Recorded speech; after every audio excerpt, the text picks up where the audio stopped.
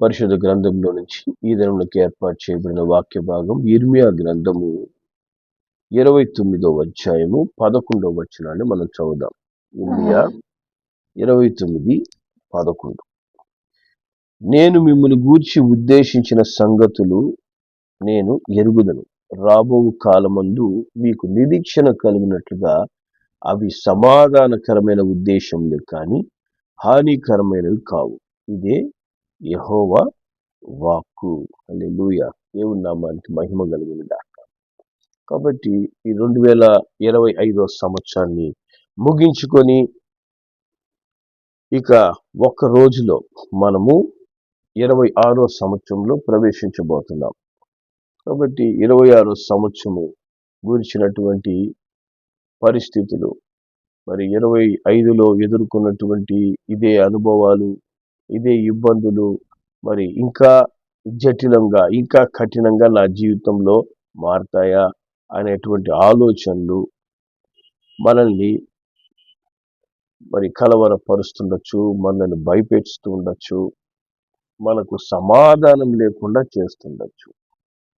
కానీ ఈ పరిస్థితులన్నిటికంటే, జరుగుతున్న సంభవాల కంటే మనము దేవుని వాక్యాన్ని మొట్టమొదట నమ్మాలి. వాక్యమును మనకు ఆధారంగా మనం చేసుకొని జీవిస్తూ ఉన్నప్పుడు వాక్యానుసారమైనటువంటి మార్పులు, మేలులు మన జీవితాల్లో జరుగుతాయి. దేవుడు అంటున్నాడు, నేను మిమ్మల్ని గూర్చి ఉద్దేశించిన సంగతులు నేను ఎరుగుదును. హల్లెలూయా. కాబట్టి మీ గురించి నేనేమైతే ఆలోచించానో, ఏమైతే ఊహించానో అవన్నీ నాకు తెలుసు అంటున్నాడు. దేవుని నామానికి మహిమ కలుగును గాక. అవి దేని గురించి సంగతులు? ఇప్పుడు జరుగుతున్న సంగతులు కాదు, లేదా జరిగిపోయిన సంగతుల గురించి కాదు.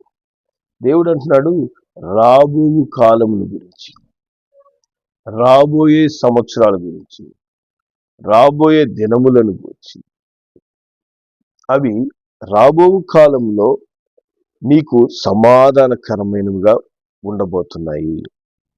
నీ జీవితానికి మేలుకరమైన ఉద్దేశాలు నేను ఉద్దేశించి ఉన్నాను అని దేవుడు సెలవిస్తున్నాడు. హల్లెలూయా. దేవుని నామానికి మహిమ కలుగును గాక. అనేక సార్లు మనము దేవుని యొక్క సామర్థ్యాన్ని గ్రహించక మన జీవితాన్ని మనమే నిర్మించుకోవాలని ప్రయత్నాలు చేస్తూ మనము తప్పటడుగులు వేస్తూ ఉంటాం. దేవుడు ఎటువంటి వాడంటే వర్తమాన, భూత, భవిష్యత్ కాలములలో ఒకేసారి జీవించే దేవుడు. ప్రకటన గ్రంథం 1వ అధ్యాయము 8వ వచనంలో దేవుడు ఈ మాటలు సెలవిస్తాడు. ఆయన ఏమంటాడు? ఆల్ఫాయు ఒమేగాయు నేనే, వర్తమాన, భూత, భవిష్యత్ కాలములలో ఉండువాడను నేనే అని సర్వాధికారి దేవుని ప్రభు సెలవిస్తున్నాడు. హల్లెలూయా. కాబట్టి నేనే ప్రతిదానికి ఆరంభము, ముగింపు. నేనే ఆల్ఫా, ఒమేగా. నేనే ఆరంభము, ముగింపు. అలాగే ఒకేసారి నేను వర్తమానంలో ఉంటాను, భూతకాలంలో ఉంటాను, భవిష్యత్ కాలంలో ఉంటాను. మానవుడు దేంట్లో ఉండగలడంటే వర్తమాన కాలంలో ఉండగలడు. ఒక్క క్షణం కూడా నువ్వు గతంలోకి పోవడానికి కుదరదు. ఒక్క క్షణం కూడా నేను వెనక్కి వెళ్తాను, లేదా ఇప్పుడు 5 గంటలప్పుడు నేను నిద్ర లేచినప్పుడు ఎలా ఉన్నానో అలా ఉంటాను అని చెప్పేసి అంటే కుదరదు. ఇప్పుడు సమయం ఎంత? 6:16.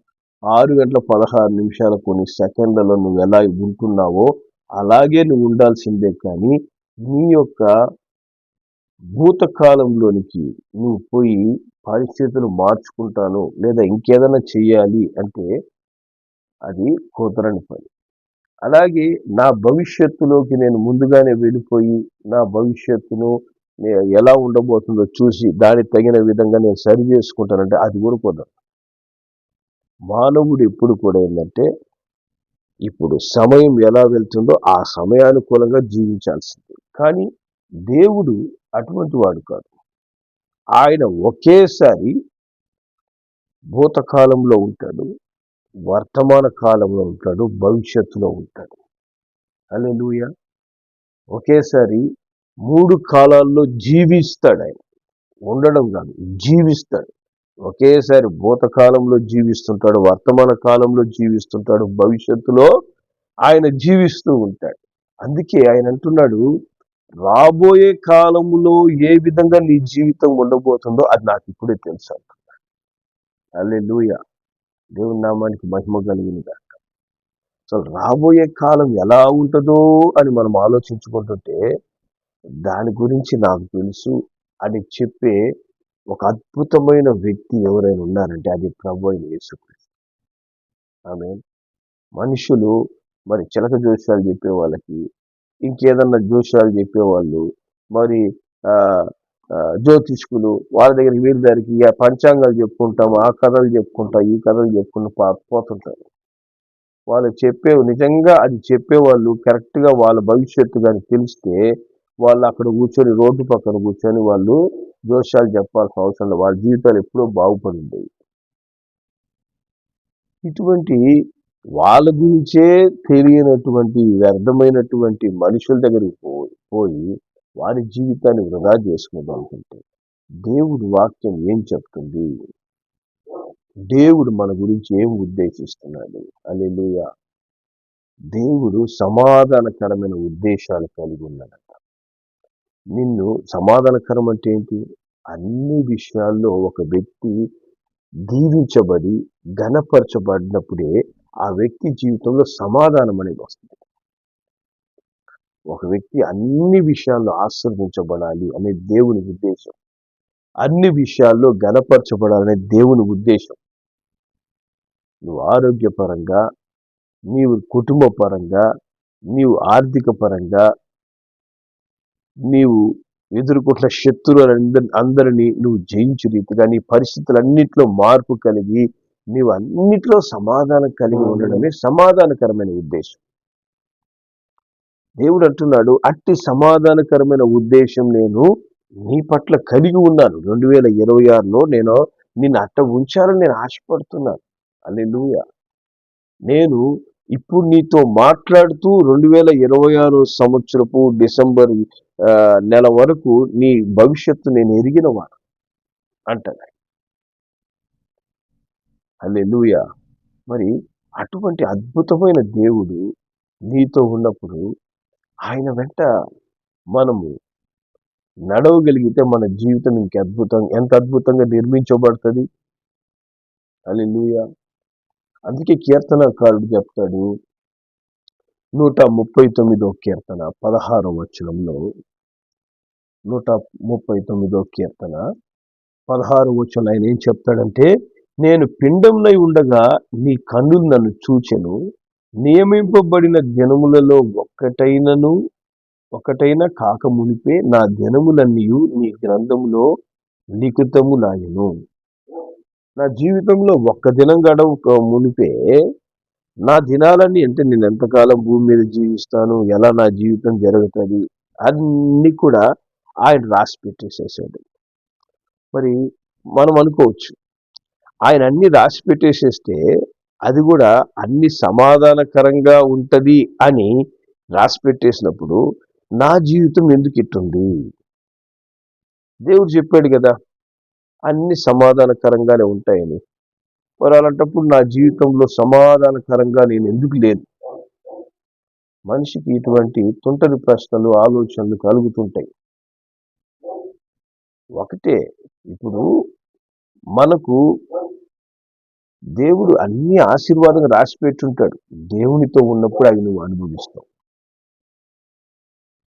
నువ్వు దేవుడితో ఉండకుండా, ప్రభు వెంట నడవకుండా, ప్రభు చిత్తాన్ని అనుసరించకుండా, మరి తప్పటడుగులు మనం వేస్తూ ప్రభువుకి దూరంగా వెళ్ళిపోయినప్పుడు తప్పిపోయిన కుమారుడు ఏం తిన్నాడు?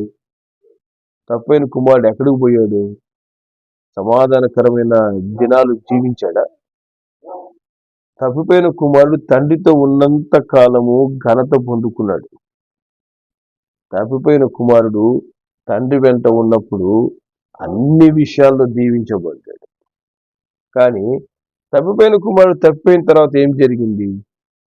ఆఖరికి అతని జీవితంలో అన్నీ కోల్పోయి తను నమ్మినటువంటి స్నేహితులు, తను నమ్ముకున్నటువంటి పరిస్థితులు అన్నీ తనకు విరోధం అయిపోయి అన్నీ కోల్పోయిన తర్వాత అప్పుడు జ్ఞానోదయం అయిందంట.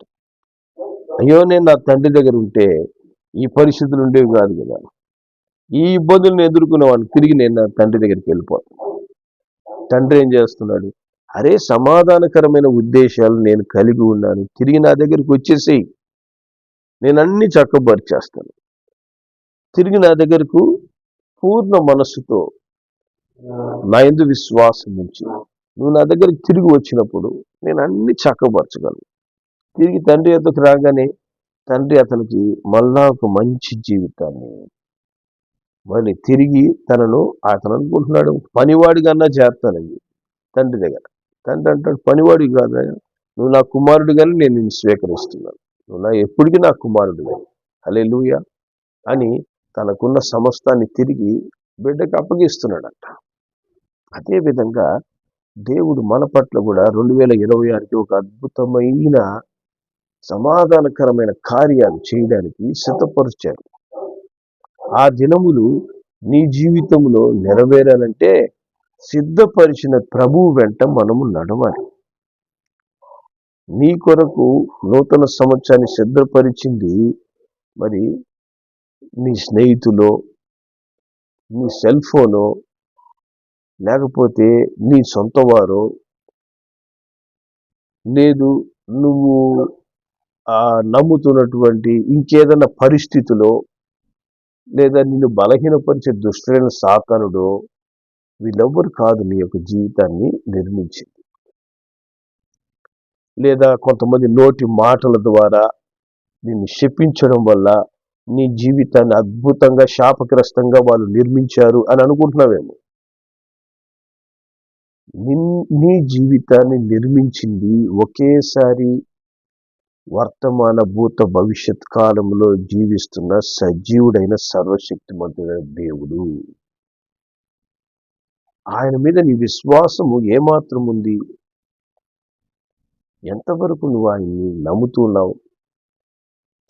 ఆయన నా జీవితాన్ని నిర్మించాడు, సర్వశక్తిమంతుడైన దేవుడు, ఒకేసారి 3 కాలాల్లో జీవిస్తున్న దేవుడు, నా దినములన్నీ ఆయన లిఖించి ఉన్నాడు. కాబట్టి నేను ఆయన దగ్గరికి వెళ్తే ఎంత దరిద్ర బ్రతుకు నేను జీవిస్తున్నా, ఎంత శాపగ్రస్తమైన జీవితం నేను ఉన్నా, ఎంత సమస్యలలో నేను కూరుకుపోయినా, ఎన్ని శోధనలు అపవాది నన్ను పట్టి జలడు బట్టి తలకి కిందకి పైకేసి కొట్టి నా జీవితాన్ని ఇబ్బంది పరుస్తున్నా, ఇవన్నీ కూడా నేను దేవుని యొద్దకు చేరుకుంటే, నా భవిష్యత్తు ఎరిగిన దేవుని యొద్దకు నేను చేరుకున్నట్లయితే అన్నీ చక్కబడిపోతాయి, అన్నీ ఆయన క్రమపరుస్తాడు. ఎందుకంటే నా భవిష్యత్తు ఎరిగిన వ్యక్తి భూమి మీద ఎవరైనా ఉన్నాడు అంటే అది దేవాది దేవుడు ప్రభు అయిన యేసుక్రీస్తు అని నువ్వు నమ్మగలిగిన దినమున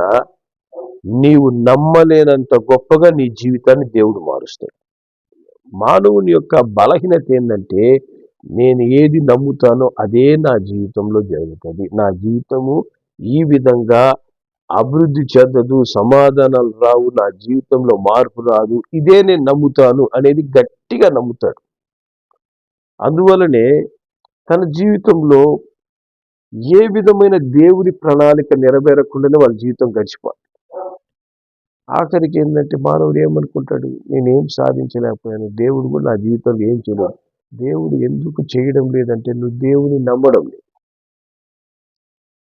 దేవుని ఎందుకు విశ్వాసం ఉంచి దేవుణ్ణి పూర్ణ మనస్సుతో, నీ పూర్ణ ఆత్మతో, నీ పూర్ణ బలముతో నువ్వు ఆయనను అనుసరించగలిగిన దినమున నీ జీవితము అసాధారణమైనటువంటి దేవుని చిత్తాలు నెరవేర్చే జీవితంగా దేవుడు మార్చివేస్తాడు.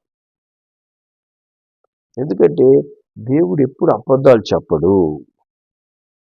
దేవుడు ఒక మాట చెప్పాడు అంటే అది 100కి 200% నిజం, 100కి 100% కాదు, 100కి కొన్ని కోట్ల రెట్లు నిజం. ఆ నిజాన్ని మానవుడు నమ్మడు. పరిస్థితులు నాకు విరోధంగానే ఉన్నాయి కాబట్టి పరిస్థితులు ఇట్లే ఉంటాయంటే పరిస్థితులు మార్చగలిగిన దేవుడు మన రక్షకుడైన ప్రభువైన యేసుక్రీస్తు. ప్రతి పరిస్థితిని ఆయన మార్చడానికి శక్తి ఉంది, ఆయనకు బలం ఉంది, ఆయనకు సమస్తము సాధ్యం అని చెప్పాడు. ఆయనకు అన్ని సాధ్యం అన్నప్పుడు ఆ సాధ్యమైన దేవుణ్ణి మనం ఎందుకు నమ్మలేకపోతున్నాం? హల్లెలూయా. చూడండి యోబు జీవితాన్ని చూడండి. యోబు జీవితంలో అన్ని సమస్యలు ఎదుర్కొన్నాడు. కానీ ఆయన సమస్యను బట్టి ఏడుస్తూ జీవించలేదు. నన్ను విమోచించే దేవుడు నాకు విడుదల, ఆయన ఖచ్చితంగా నా జీవితాన్ని మార్చబోతున్నాడు అనే విశ్వాసంలోనే ఆయన ఉన్నాడు. హల్లెలూయా. ఈ 2025 సంవత్సరం నీకు ఎంతో చేదు అనుభవాల్ని, ఎన్నో వేదనకరమైన పరిస్థితులను, ఎంతో దుఃఖాన్ని, బాధను ఒకవేళ కలిగించుండొచ్చు. కానీ ఇవన్నీ మార్చగలిగినటువంటి నీ భవిష్యత్తు ఎరిగిన దేవుడు ఆయన నీతో చెప్తున్నాడు, ఈ సంవత్సరమైనా అంటే రాబోయే సంవత్సరమైనా నువ్వు నాతో కలిసి నడవడానికి నిర్ణయం తీసుకో. నాతో కలిసి నడువు, నేను నిన్ను నడిపిస్తాను, నా వెంట రా, నన్ను అనుసరించు. మరి దేవుని వెంట నడవడం ఎలాగా? దేవుని వెంట మనం ఎట్లా నడుస్తాం? దేవుని వెంట హానోకు నడిచాడంట. ఆయన దేవునితో నడిచినప్పుడు దేవుడు ఆయన తీసుకున్నాడు. హల్లెలూయా. అబ్రహాం దేవునితో నడిచాడు. పరిశుద్ధ గ్రంథంలో అనేకులు దేవునితో నడిచిన వారు ఉన్నారు. వారి జీవితాలు మనం చూసినప్పుడు వారు దేవునితో ఎట్లా నడవగలిగారు మనకు అర్థమవుతుంది. హల్లెలూయా. దేవుని వెంట నడిచే అనుభవం అద్భుతమైంది. దేవుని వెంట నడిచినందువల్ల అబ్రహాం అన్ని విషయాల్లో దీవించబడ్డాడు. హల్లెలూయా. దేవుని బిడ్డలు ప్రభువు వెంట నడిచే పద్ధతిని ఎప్పుడైతే వారి జీవితాల్లో అలవర్చుకుంటారో, వారి జీవితాల్లో దేవుడు వారి వెంట నిరంతరం ఉంటాడు. ఆయన వారి పట్ల కలిగినటువంటి ప్రణాళికను నెరవేరుస్తాడు. హల్లెలూయా. పరిశుద్ధ గ్రంథంలో మనము చదువుకుంటూ వెళ్తుంటేనే దేవుడు మనతో మాట్లాడతాడు.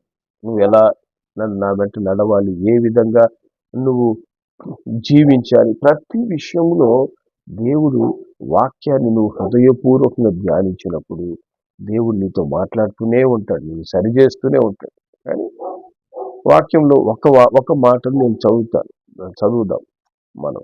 చూడండి, మరి 24వ దావీదు కీర్తన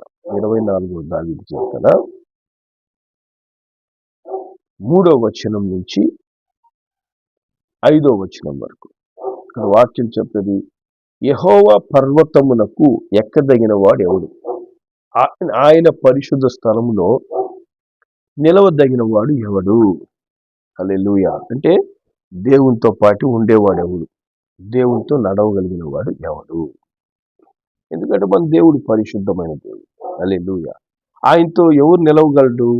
దేవుడు అంటున్నాడు, వ్యర్థమైన దాని మీద మనసు పెట్టని వాడు నాతో ఉంటాడు. హల్లెలూయా.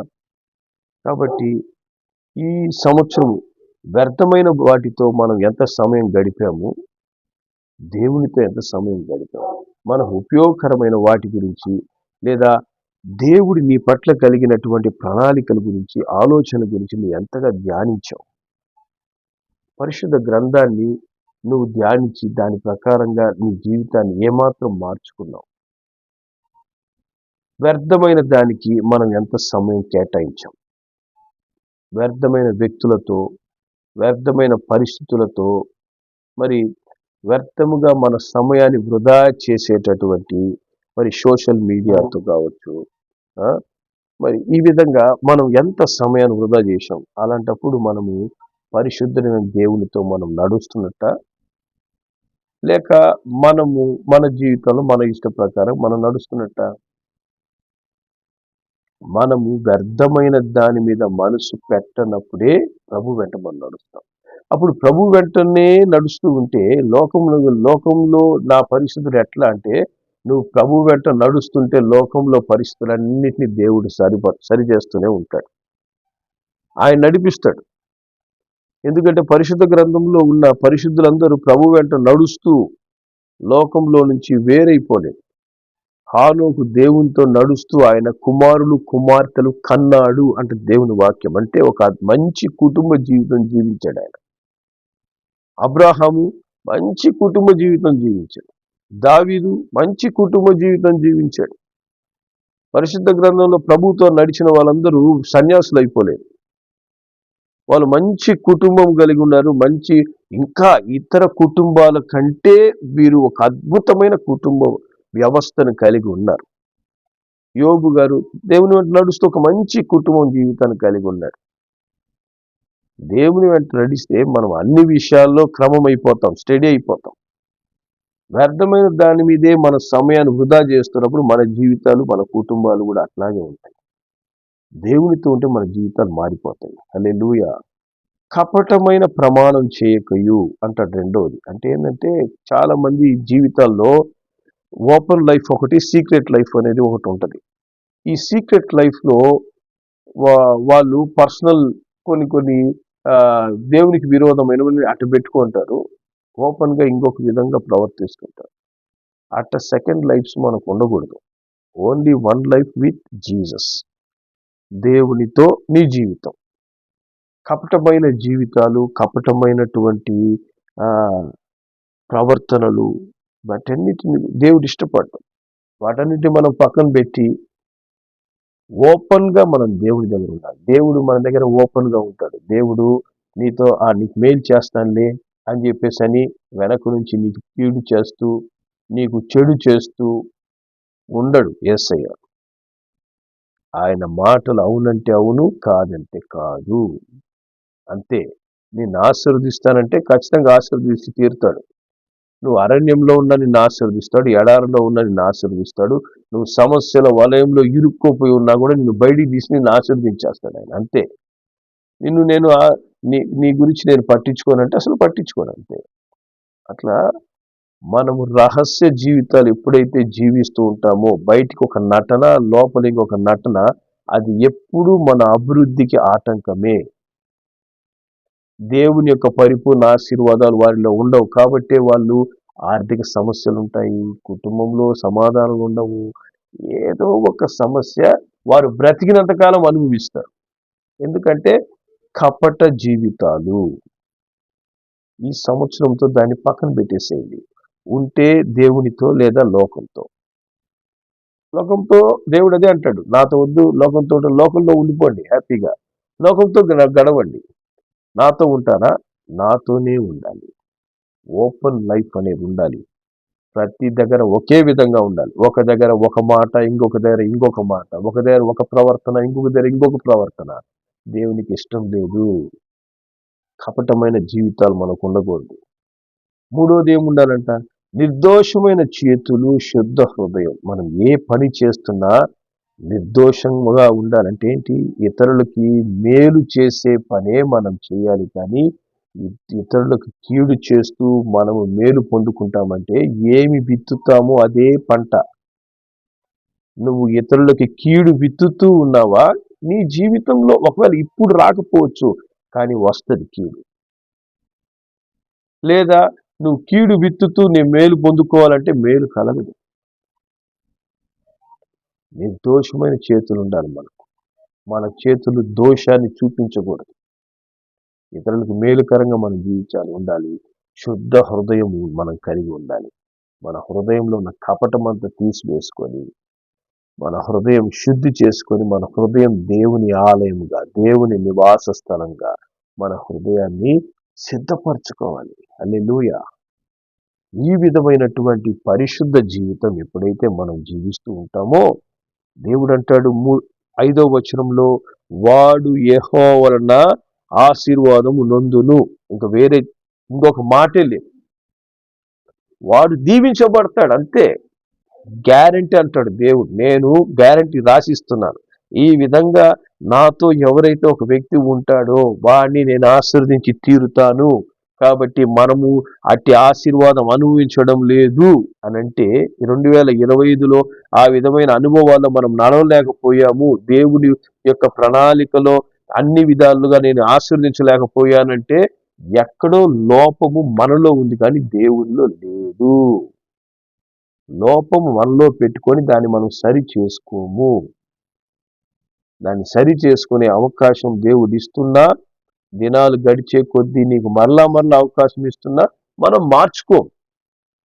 నేను ఇట్లే ఉంటాను ఏసయ్యా, నన్ను ఆశీర్వదించేసయ్యా, నేను మారనేసయ్యా, మార్పు చెందనేసయ్యా, నన్ను దీవించి ఏసయ్యా, నా కుటుంబాన్ని ఆశీర్వదించి హెచ్చించేసయ్యా. ఎక్కడ దేవుడు చేస్తాడు చెప్పండి? మనం మార్చుకోవాల్సినవి మార్చుకొని దేవుడు మన పట్ల కలిగిన గొప్ప ఉద్దేశాన్ని నెరవేరే విధంగా మనం క్రమపరుచుకున్నప్పుడు దేవుడు, నువ్వు మారిన దినం నుంచే దేవుడు నీ జీవితం పట్ల ఆయన ప్రణాళికలు ఆయన ప్రారంభిస్తాడు.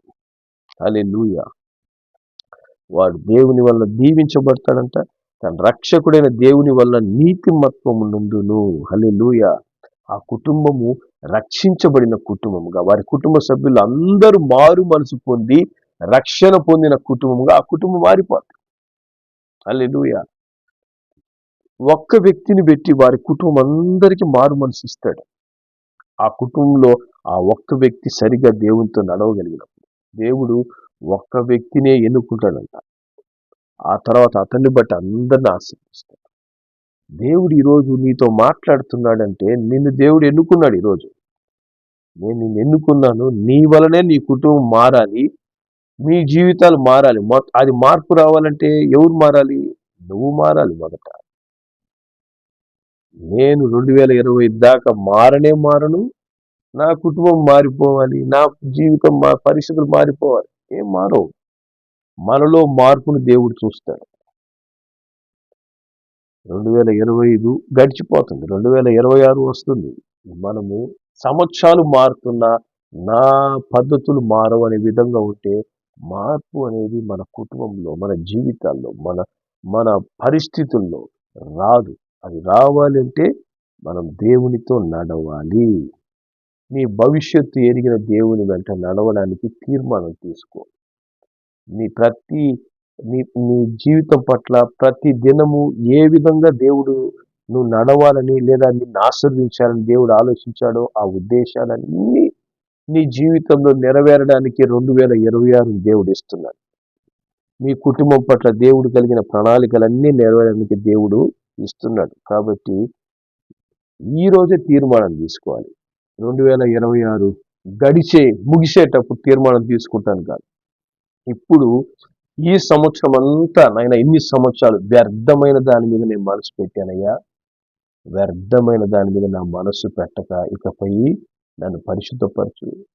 కపటమైన జీవితాన్ని, బహిరంగ జీవితాన్ని, 2 రకాల జీవితాలు ఉన్నాయి నాయన. ఆ కపట జీవితాన్ని తీసివేయి.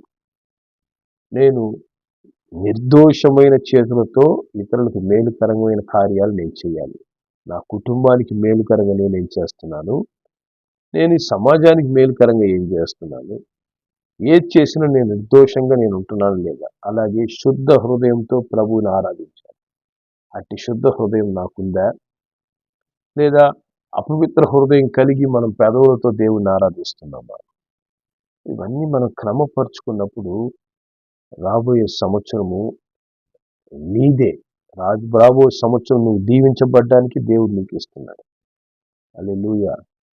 ఈరోజు ఇప్పుడే నేను మార్చుకుంటానయ్యా, నన్ను సరి చేసుకుంటాను యేసయ్యా, నాకు సహాయం చేయనైనా అని ప్రార్థన చేద్దాం. ప్రార్థన చేసుకుందాం. పరిశుద్ధులైన మా తండ్రి, నీకు వందనాలు, స్తోత్రములు చెల్లిస్తున్నాను. అయినా మా భవిష్యత్తు ఎరిగిన దేవుడు మీరు, మా జీవితంలో దినములన్నీ కూడా ఎరిగిన దేవుడు మీరు నాయన. మా జీవితాలు ఎలా ఆశీర్వాదంగా, అన్ని విషయాల్లో ఆశీర్వాదంగా, పరిపూర్ణ దీవెనకరంగా మా జీవితాలు తయారవ్వాలో ఆ విధంగా నిర్మించడానికి మీరు శక్తిమంతులయ్యా.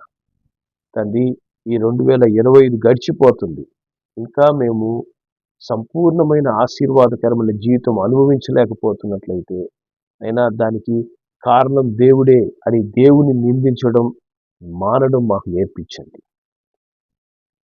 నాయనా నేను ఇంకా ఎక్కడ సరి చేసుకోవాలి, ఏ విషయంలో నేను సరిగా దేవునితో సమాధాన పడాలి, ఏ విధంగా ప్రభు చిత్తంలో నేను నడవాలి అనేది గ్రహించి సరి చేసుకొని కొత్త సంవత్సరానికి సిద్ధపడే అనుభవంలో నన్ను నడిపించండి.